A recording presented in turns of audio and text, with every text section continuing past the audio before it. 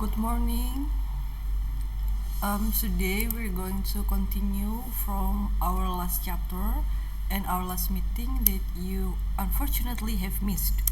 So today our topic for fourth meeting is the market forces of supply and demand.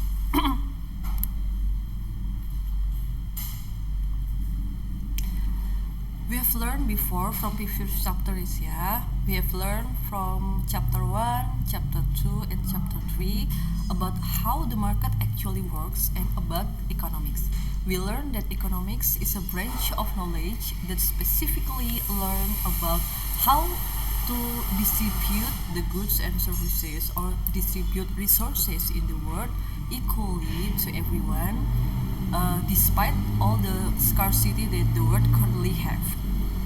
And from the previous chapter, from chapter 3, we have learned about interdependence, which is the gains from trade, and we have learned that we as economic agents in the world or economic doers in the world can't really escape from trade activities because we as a country, as in Indonesia for example, need other countries in order to survive because we can produce all goods and all services in the world.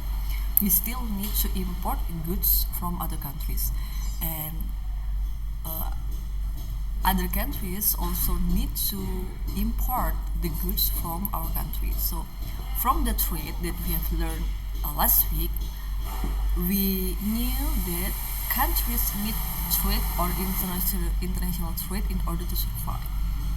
And today we're going to talk about the market forces of supply and demand. So what is supply and what is demand?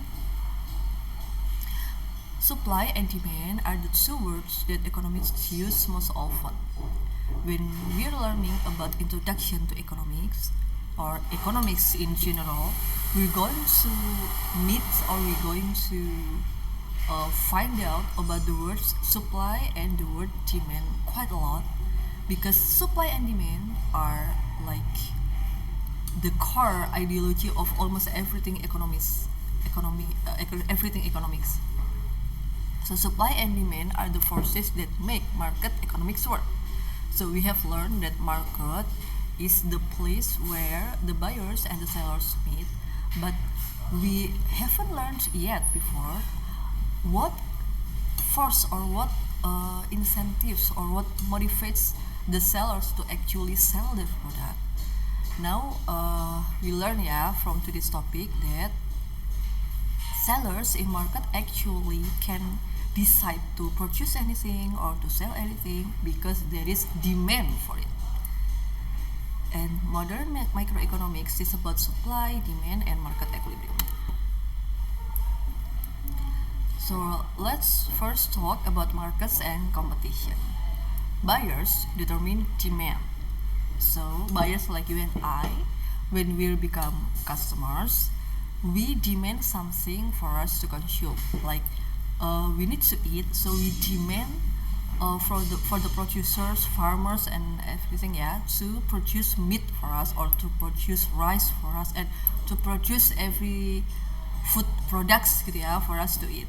And as the sellers of the product, because they receive demand from us, then they determine supply or they determine how much product or how many products should they produce and should they sell to us, and that becomes supply.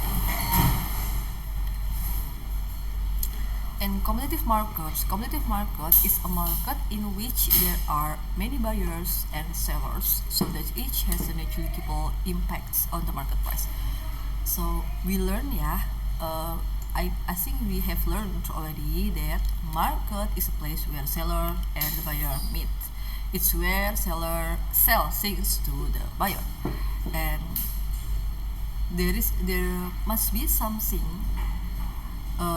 There must be a fixed price or there must be an agreed price that is placed upon all the products in market. Because when the seller and the buyer can agree upon a product's price, then the the economic activity in the market wouldn't continue. So first, we're gonna learn about the term competition. In market, we know that there are a lot of sellers as well as a lot of buyers. So there must be a lot of competition there.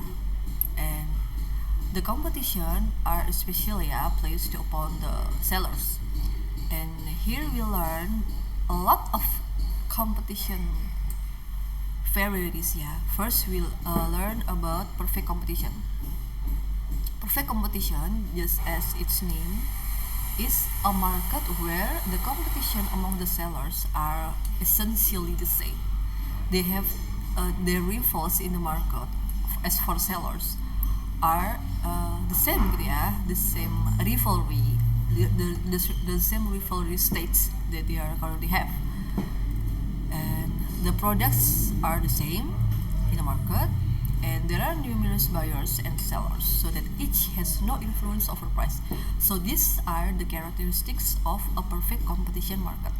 A perfect competition market must have products sold there that are essentially the same characteristics.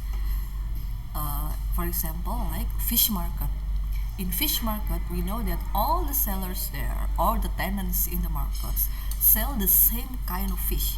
When we're talking about fugu fish, or when we're talking about tuna fish, or salmon fish, or whatever kind of fish there are, we know that those fishes are the same kind of fishes. There are no different tuna fishes, or different salmon fishes, or different like fugu fishes. All the fishes are essentially the same. And other characteristics in perfect competition market is that there are numerous buyers and sellers, so that each has no influence over price. So, for example, in the fish market, the sellers, the amount of sellers and the amount of buyers there in the fish market are essentially the same amount. We can say that I think the sellers are quite more than the buyer, or we can say that the buyer is maybe quite a bit more than the seller, because in perfect competition market, the amount of sellers and the amount of buyer are quite on par or the same.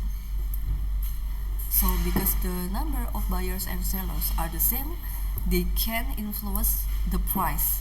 The buyers can say to the sellers that I want the fish to be priced such as this, and the seller can put a very high price on their products to the buyer to buy, because once the seller increase their price, the buyer will move to other sellers and not to buy on that specific seller, because there are a lot of sellers that sell the same kind of product.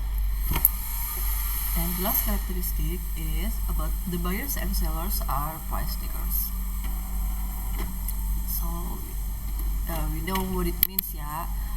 Price takers means that we can only receive the price that is right now exists gitu ya. We can make our own price. We accept just how much price there are right now. And other kind of market competition is monopoly market. And monopoly market, I bet you have heard about this term before. In monopoly market, the characteristic that only monopoly market has and that the other markets do not have is that there is only one seller there, and that particular seller can control the price. So that one particular seller in the monopoly market can control the price because they are the only one actually to sell the products. There is no other competitors, there is no other rivals gitu ya. So he or she or they can actually make up any number of price that they actually want. And the other kind of competition market is oligopoly. Oligopoly is a bit similar with perfect competition. So oligopoly is a bit similar with monopoly. So oligopoly, in oligopoly market, there are only a few sellers. They are not as few as in monopoly. So there are more than one seller, but there are not as many as in the perfect competition market. For the example of oligopoly market is like cell phone market, yeah. In the world, we know that there are cell phone companies. There are several cell phone companies. There are several technology companies such as Apple, Samsung, Xiaomi, and Oppo or Vivo or Motorola or Nokia and etc. So we know that in the world, among more than 200 nations, yeah, we only have like several amount of sellers of cell phones, which sell cell phones legally. And the market, even though the sellers are only a few, but the competition is not always aggressive. So we know that there is a competition there among Apple company with Samsung company or with Xiaomi company or with Nokia company or with Motorola, etc., or with HTC, but the competition between them is not as fierce as we thought it would be. And the last competition market is monopolistic competition. Despite the name monopolistic competition is actually moving closer towards perfect competition. So the characteristics in monopoly competition is actually quite similar with in perfect competition. Why? Because the characteristics in monopolistic competition are, first, they must have many sellers there. It's not the same amounts with as the buyer, but there are a lot more than in oligopoly, a lot more than in monopoly. And their products is not homogeneous or is not on par in similarity, but their products have slightly differentiated. So it's like in real world, the example is like the instant noodle competition, yeah. We know that in the world there are a lot of instant noodle, or in Indonesia, yeah, there are a lot of instant noodle products. We know there is Indomie, we know there is mie sedap, we know there is Intermie, we know there is Super Mie, we know there is Samyang, we know there is whatever kind of mie are there. We know there is Lemonilo and other kind of instant noodles out there. And those products, which is instant noodles, are actually sell the same thing, yeah, which is instant noodle, but we can know for sure as consumers, we can differentiate those products. We know that Indomie is very different than mie sedap, even though those are essentially the same thing, which is instant noodle. And we know that mie sedap and Intermie or with Sari mie or whatever kind of mie or mie gelas or whatever, we know that those noodles are very differentiated with one another. There is a very distinguished taste. There is a very distinguished look maybe, and we have there are very distinguished aroma between them, and we know there are different things here. And each seller may set price for its own product. So we know that there is a bakmi mewah instan. And bakmi mewah instan puts their price a lot more than Indomie. And we know Indomie puts their price more than mie sedap. We know mie sedap puts their price more than Super Mie. And we know Super Mie puts their price more than Intermie. And Intermie at last puts their price more than mie gelas. So we know that all those products have placed different prices on their products depending on what they wanted, because they have power to influence their own product, not the other competitors' products. Why they have influence over their own products' prices? Because there is a slight differentiated in their own products already. And now we're talking about demand. What is demand? So demand is quantity demanded. is the amount of a good that buyers are willing and able to purchase. So in the market, there are sellers and there are buyers. The buyers, when the buyers are willing to and able to purchase some kind of number of products, then the amount of that number is a demand. And in economics branch of knowledge, we have this kind of law, which is law of demand, that states that the other things equal, the quantity demanded of a good falls when the price of the good rises.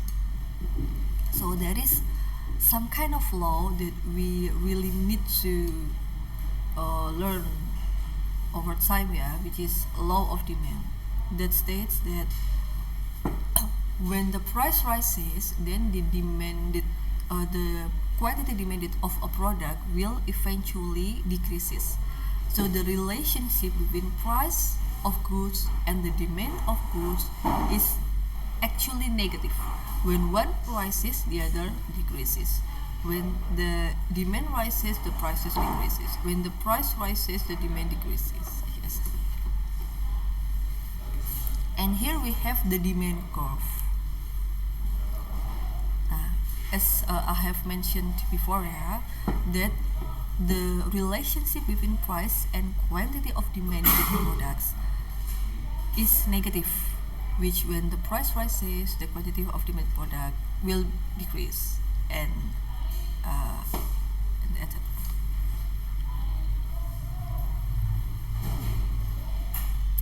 So when there are changes in quantity demanded, such as taxes. Suppose we are talking about ice cream.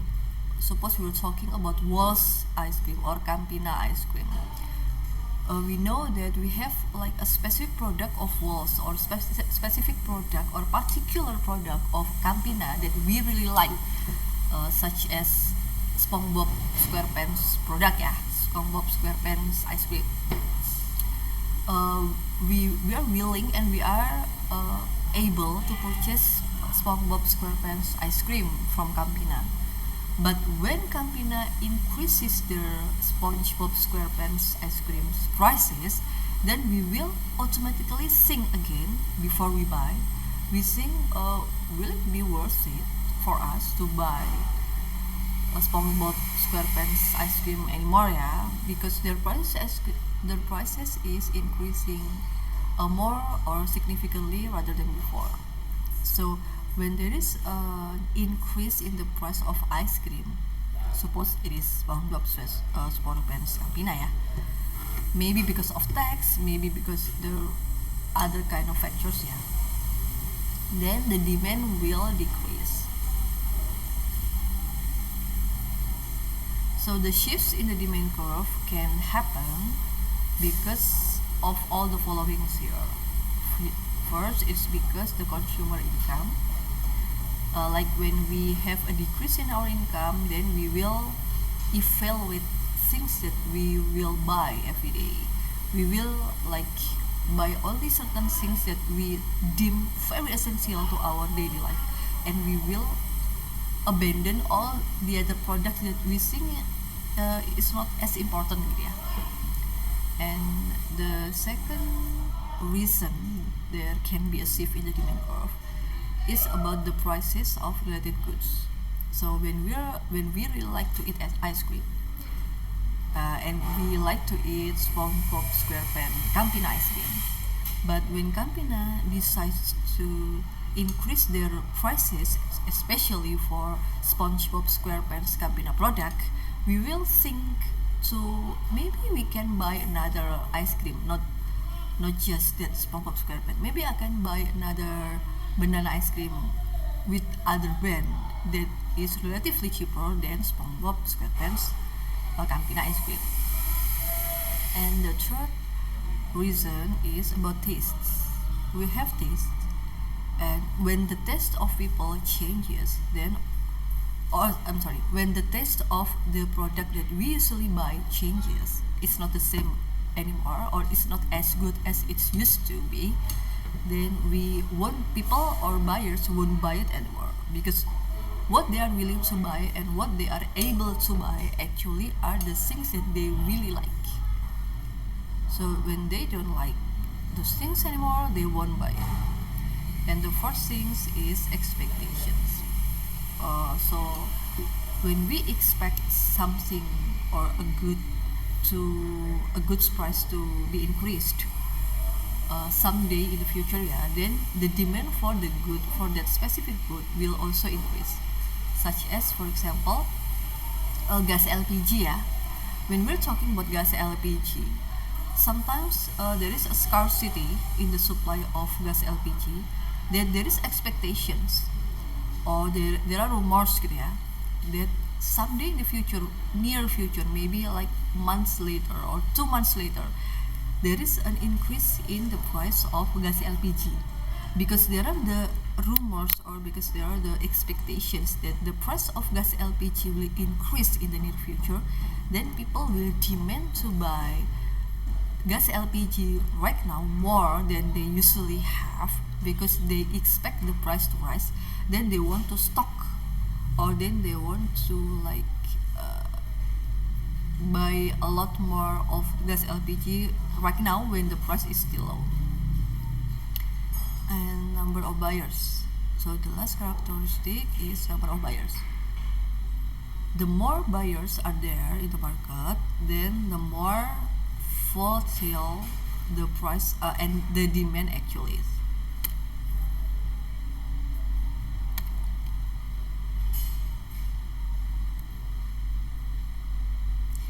So from this curve, we learn that when there is an increase in income of the buyers or of the consumers, then there will be naturally an increase in the demand curve, because they will be able to purchase more goods than before, because they have more salaries now than before. But when we are talking about inferior good is a product or a good that is not as good as the other good.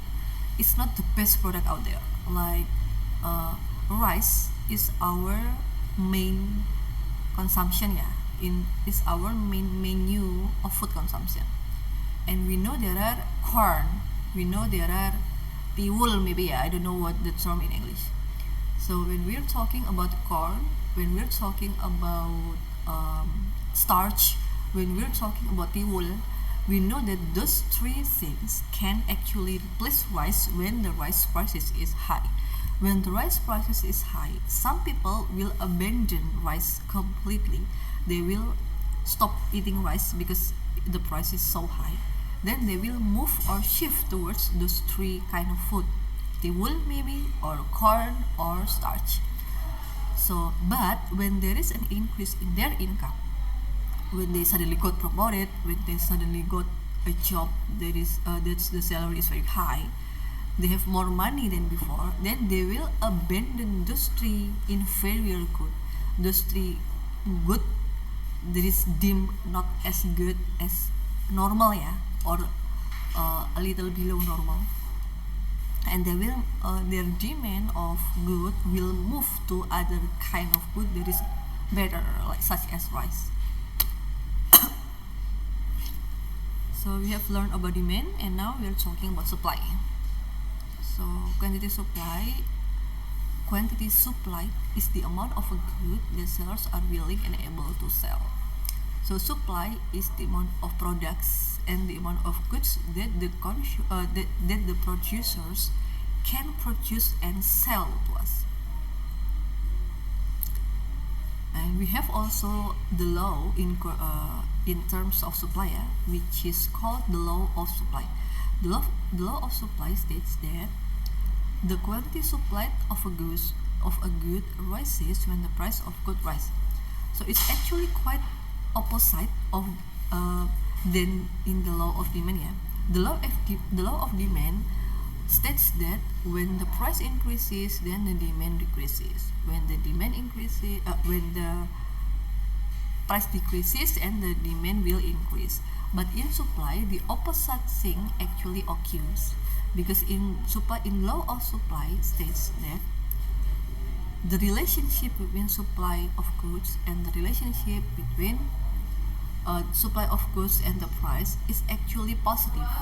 So when one thing increases, the other also increases. When the prices increases, the supply will increases. When the prices decreases, the supply will also decreases as well. And this is the supply curve. The supply curve is a line of curve that is actually shifting or moving towards the right hand side of our hand, yeah. That that line means that when one factor increases, the other factor or the other variables will also increase. And there are reasons behind the shift in the supply curve. First, it's input prices. Second, it's technology. Third, it's expectations and the number of sellers. When the input prices increases, then the supply of the goods will also increase. And when there is technology, when there is a new technology found to produce even more effectively and efficiently, then the cost of production will decrease. Thus, the supply will increase. And the expectations of people, such as gas LPG, later about the example that I mentioned earlier, when there is expectation in the increase of price, then the supply will also increase. And when there are more number of sellers now than before, the more the sellers that are there in the market, then the more supply that will be in the market. So from this curve we can see that there are two kinds of shifts in the supply curve. The first red line, which is the line in this one, in this far left, this is a decrease in supply curve. So the initial supply curve is the blue line. This is the original supply curves, and when there is like a decrease in prices, then the supply will also decrease. But when there is an increase in prices, the supply will increase and the curve will shift towards the right hand side, which is the supply curve number 2. And there is a term in the economics that is quite important, or maybe the most important thing that the economists are trying to learn over the time, which is equilibrium. So equilibrium is actually a situation in which the price has reached the level where quantity supplied equals quantity demanded. So equilibrium is where the price, the quantity that the producers supply will match or is the same amount of the quantity of products that the buyer or consumer actually demanded.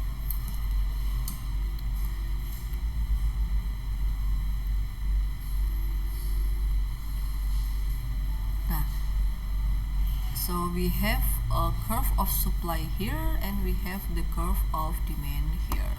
The supply curve is the positive curve which moves towards right hand side, and the demand curve is the negative curve that moves more towards the left hand side. And when those two curves intersect,